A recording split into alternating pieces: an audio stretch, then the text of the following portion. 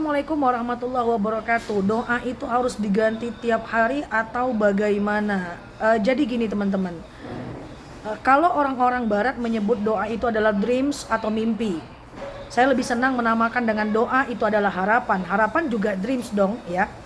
Jadi saya menyarankan kepada teman-teman semua untuk teman-teman punya satu buku tulis yang di situ termaktub proposal hidup teman-teman ya. Untuk acara yang kecil saja kita punya proposal loh.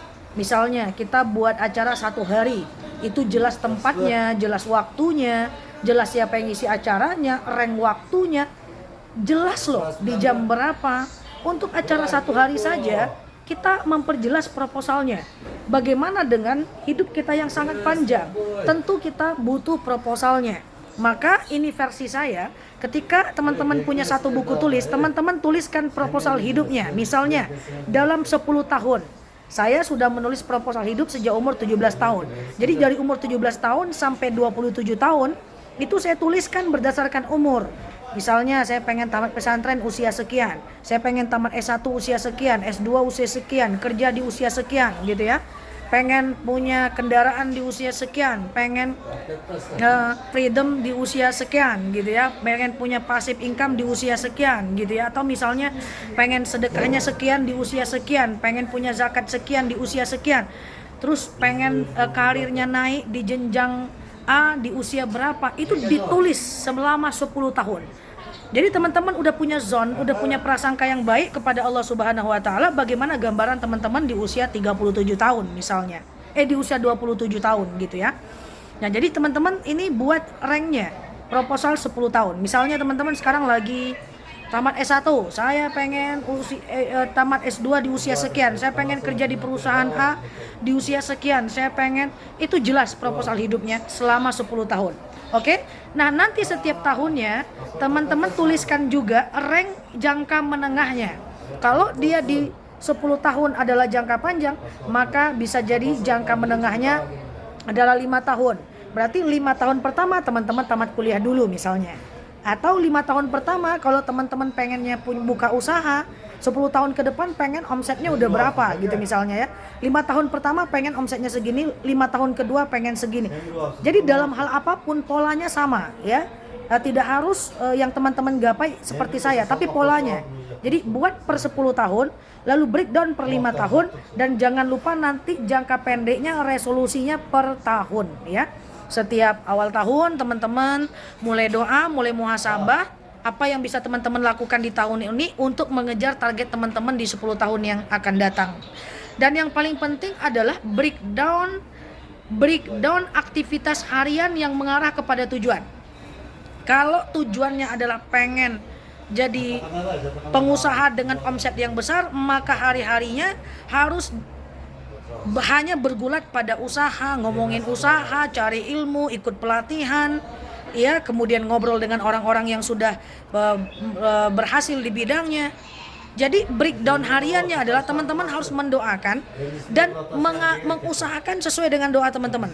Kalau teman-teman pengen targetnya adalah tamat kuliah 4 tahun, maka hari-hari teman-teman harus membaca, menulis, bikin makalah, penelitian, dan lain-lain. Kalau teman-teman PNS pengen naik jabatan, maka hari-hari teman-teman adalah memenuhi poin, memenuhi kriteria untuk menaik jabatan. Kalau teman-teman pengen punya keinginan untuk menjadi pelukis misalnya, maka hari-hari teman-teman harus bergulat dengan itu. No excuse, jangan banyak distraction, jangan punya banyak gangguan untuk melakukan hal-hal yang gak penting. Fokus kepada apa yang udah teman-teman tulis untuk mengerjakan apa yang teman-teman doakan. Makanya saya selalu bilang doakan dan kerjakan apa yang kalian doakan. Buat keinginan 10 tahun, buat breakdown per 5 tahun, buat breakdown per tahun, dan arahkan semua energi, semua doa untuk mengarah kepada mimpi teman-teman.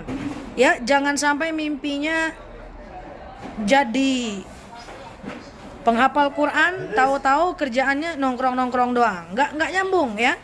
Jangan sampai niatnya punya passive income, financial freedom, tapi tahu-tahu hidupnya mubazir dan boros. Nggak nyambung.